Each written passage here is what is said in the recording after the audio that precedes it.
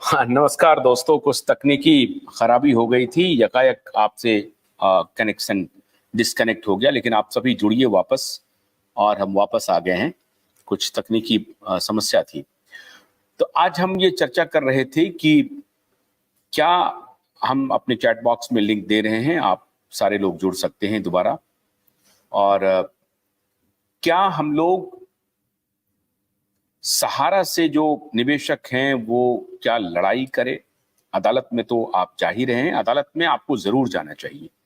अदालत का रास्ता आपको खोल के रखना चाहिए और मैं समझता हूं कि इसमें आपको सहारा भी सहयोग करेगी अदालत के रास्ते में।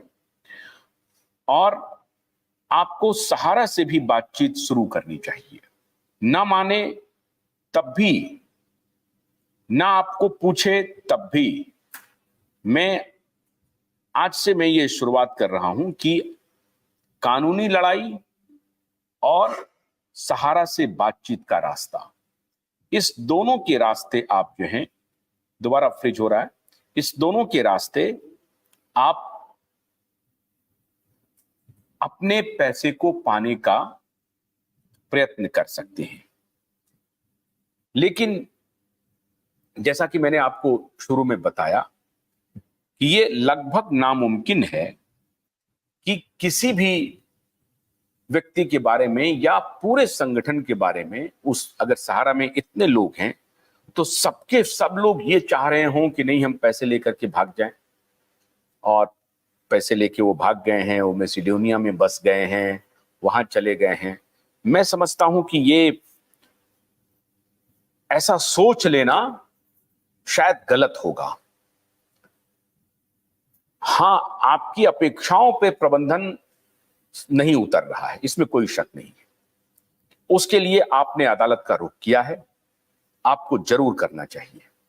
अदालत जा सकते हैं, ये कानूनी आपका अधिकार है।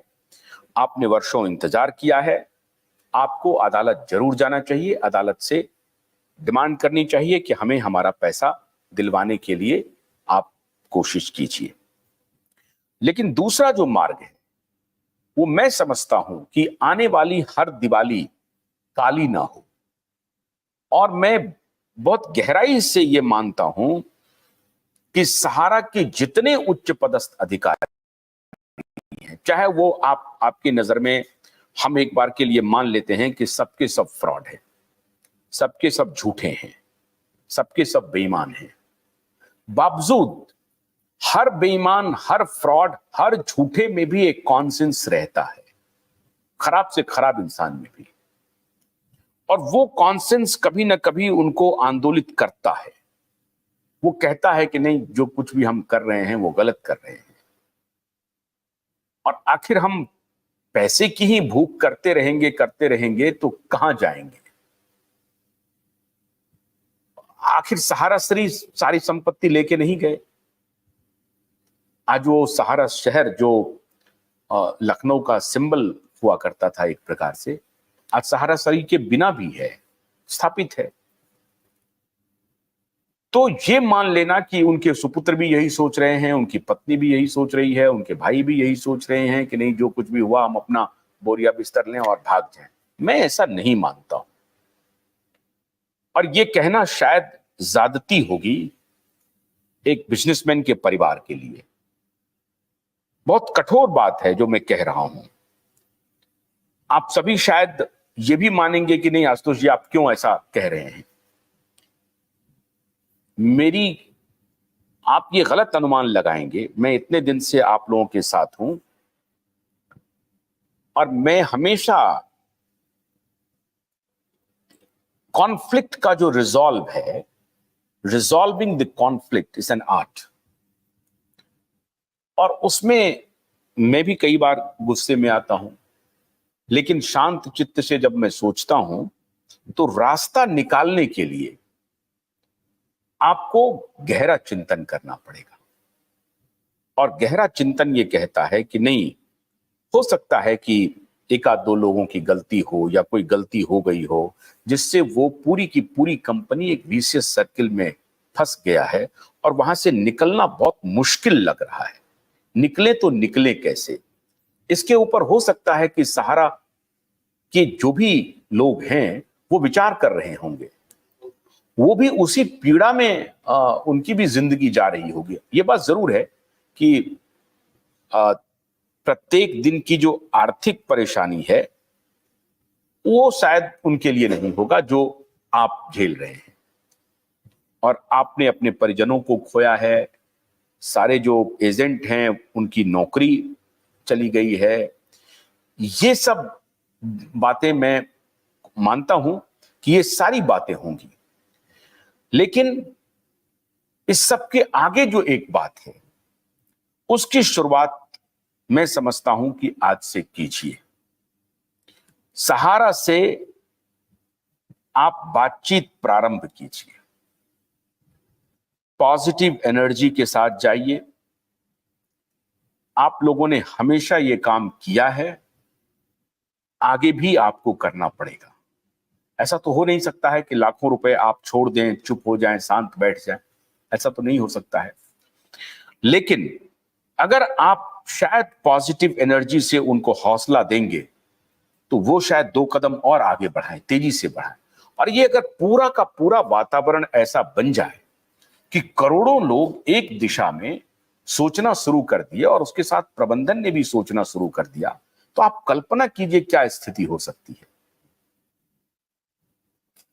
और इसलिए मैं आपको ये बात कह रहा हूं, और मैं खास तौर से प्रबंधन से यह आग्रह कर रहा हूं कि आपके मन में अगर चोरी भी हो, 3-5 करने का भी इरादा हो, तब भी मैं आपसे अपील करता हूं कि कुछ पल के लिए चोरी और 3-5 के इरादे को छोड़ दीजिए, गांधी के रास्ते पर चलिए।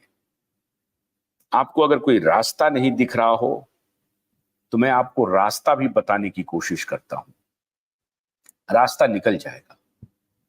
कभी याद कीजिए कि कभी इसी वर्कफोर्स को आप लेकर के दुनिया में ये कहते थे कि इंडियन रेलवे के बाद सबसे बड़ा वर्कफोर्स आपके साथ जुड़ा हुआ है, और लाखों लोगों को आपने अपने संस्थान के साथ जोड़ा। उसमें निश्चित रूप से कई फाइनेंशियल फ्रॉड हुए होंगे, कई फाइनेंशियल फ्रॉड हुए होंगे।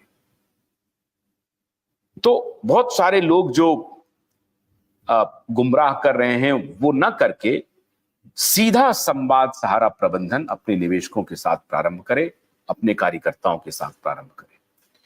और मैं आज भी आप में होप देखता हूं।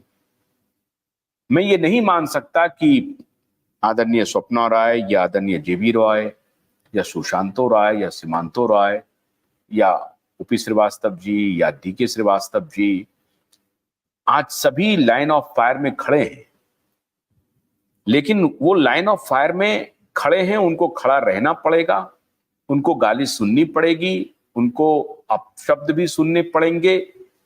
लेकिन मैं आपसे यह आग्रह कर रहा हूं कि ये अपशब्द, ये गाली को आप उस रूप में मत लीजिए। उनकी तरफ से आप जरा सोचिए कि उनके पास कुछ बचा नहीं है, तो वो सिर्फ आपको गाली ही दे सकते हैं, वो आपको अपशब्द ही दे सकते हैं, वो उनकी पीड़ा है, वो आपको निकालेंगे। तो बगैर इसमें गए हुए कि जो हमारे साथ खड़े थे वो हमको गाली दे रहा है, मैं उसको दिखा दूंगा, कुछ नहीं दूंगा, पैसा लेना है तो लो, सुप्रीम कोर्ट से लो, हाई कोर्ट से लो, देखेंगे क्या होगा। मैं समझता हूं कि ये मनस्थिति जो है, इससे कोई समाधान नहीं होगा। और आप सोचते हैं कि कोई बात नहीं है, हो गया हो गया, तो प्रारब्ध कई बार पीछा करती है। इसलिए मैं आपको आज थोड़ा सा दार्शनिक अंदाज में बताना चाहता हूं कि आप ऐसा कोई कृत्य ना करें जो अगले जन्म तक आपका पीछा करते रहे। मैं जानता हूं कि बहुत सारे संस्थान में ऐसे लोग हैं जिनका इन सब चीजों पर भरोसा नहीं है, उनका तो बहुत सारी चीजों पर भरोसा नहीं है। तो उसके बाद जो है, फिर भी